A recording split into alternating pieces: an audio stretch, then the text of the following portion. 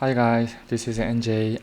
Today I received a question from one of the students about the workshop Python. I just made the Korean version of this video, and also I wanted to create the English version for you. Here the problem, I just replicate the problem on my code lab here. So let me execute it. So as you can see, you faced this problem. The problem is about the syntax error, I think. Particularly the value error. The value is an invalid literal object. So the int is basically expect some number that possibly change to the integer number from string. So in this case, as you can see here, the search stack overflow is your friend. So I mean, take this kind of a hobby because for the programmer or computation designer, every day they face a lot of problem. So I think the ability to find the right solution throughout the internet, I think this is really important ability as a designer, as a computational designer. So if you click it, I just realized like this error could be happen from diverse environment. Yeah, but particularly for the guy, I guess he wanted to convert like the text string to the real integer here. So I mean the best practice is just create a more explicit way like this. Yeah, but the data, as we said, is always sometimes data is always dirty, right? So we can do quickly resolve this problem like do float. I think one more parenthesis needed. Okay, great. So what I did is we know this number is a float, right? So we can cast string to float, and then we can cast again float to integer. Yeah, maybe this is I think a good hobby because sometimes you have no idea what kind of number going to be injected to our function, right? So in this case, maybe this fashion is better, I think.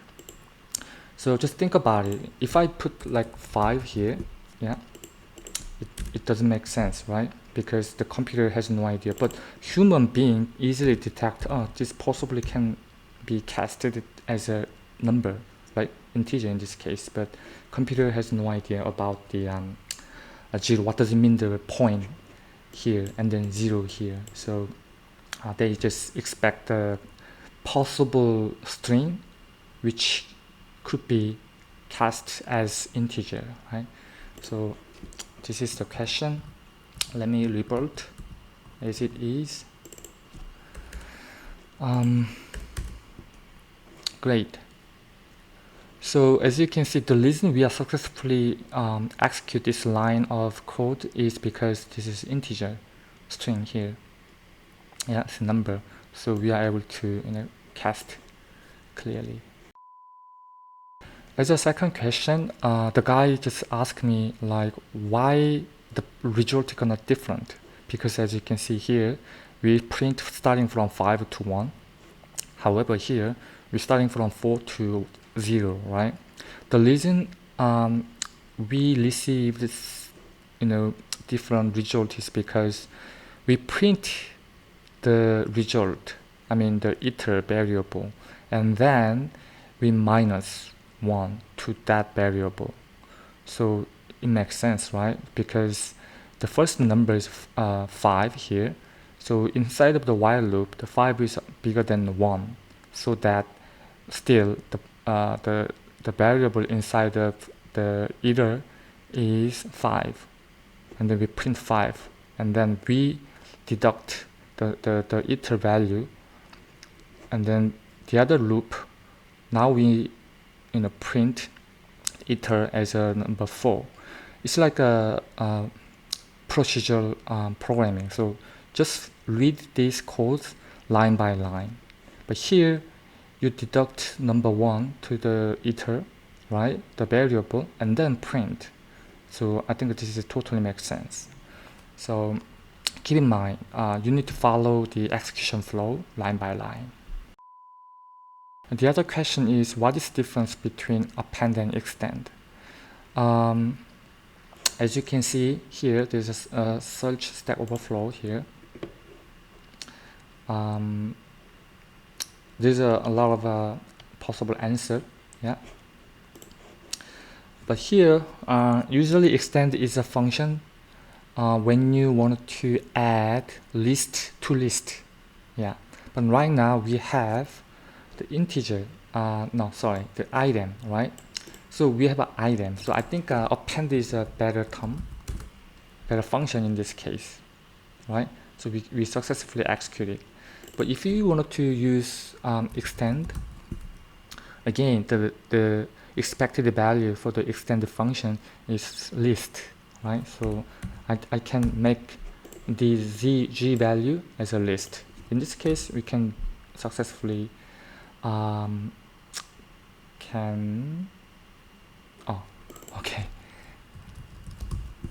extend, yeah, it's better. Okay, so again, just use the append if you wanted to add item to list. However, if you append list to list, we can use this extend.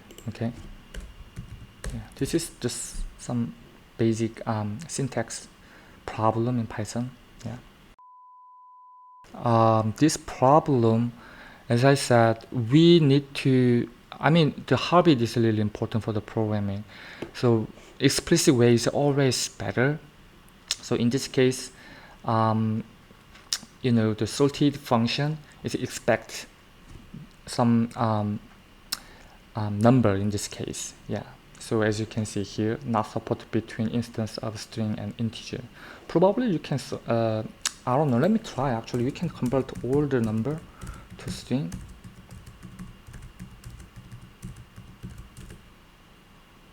Yeah. What if I do like this? Okay. It looks like working, but what I'm saying is on the low level programming language, it's not low level, but close to the machine language like C or C++ or other typed language, we have some functionality to compare between character to number, right? So as I said, we create the string, such as like this, namju, right? So we call it as a string, but at the same time, remember it, this is a list, right? So that we can index it like this. So meaning that I can print n here, right? So this is basically character. So individual character has their own ASCII number, right? So I searched for the Korean version here. So capital A considers 65, which is integer number, and this is binary value. So we can compare in different language, but I don't know, Python, I'm not a Python expertise, so I usually use C# or JavaScript and TypeScript things. Anyhow, probably if you really wanted to compare the string and character and the float number or integer number, there should be way, yeah. But I'm just saying some related to the information to you guys. So let's say, let me clean up a little bit. We can do it like this. What if I put like this? Now we can successfully sort it. Let me report it. Great. This is the last question. I replicate the contents in my code lab here and execute it. I don't know, I'm sorry if this is Korean letter, but I highly recommend you use English for variable, because this is no good habit for the professional work environment. Anyhow,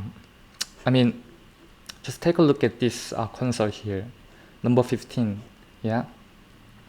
This is syntax error. You can click this icon to explore Stack Overflow. But however, in this case, this is very straightforward. So we need to change the comparison syntax like this. This is if the G is the same as 0, then execute it. Otherwise, not otherwise. And then we can also compare again. If the condition is met, then we're gonna execute it. So because this equal sign in mathematics is basically they are equal, right? But in programming language, if you use the equal sign here, we want to assign this one into that variable, right? So this mean is that it's actually nothing. So if meaning the Python looking for the comparison statement, but this statement is more about like declaring and assigning value to z, right? This is wrong. So we can simply add one more equal sign to complete like compare statement. Oh, sorry. Yeah, makes sense. Just like this. Yeah. So now we are able to successfully execute this if conditional statement. Okay, that's it.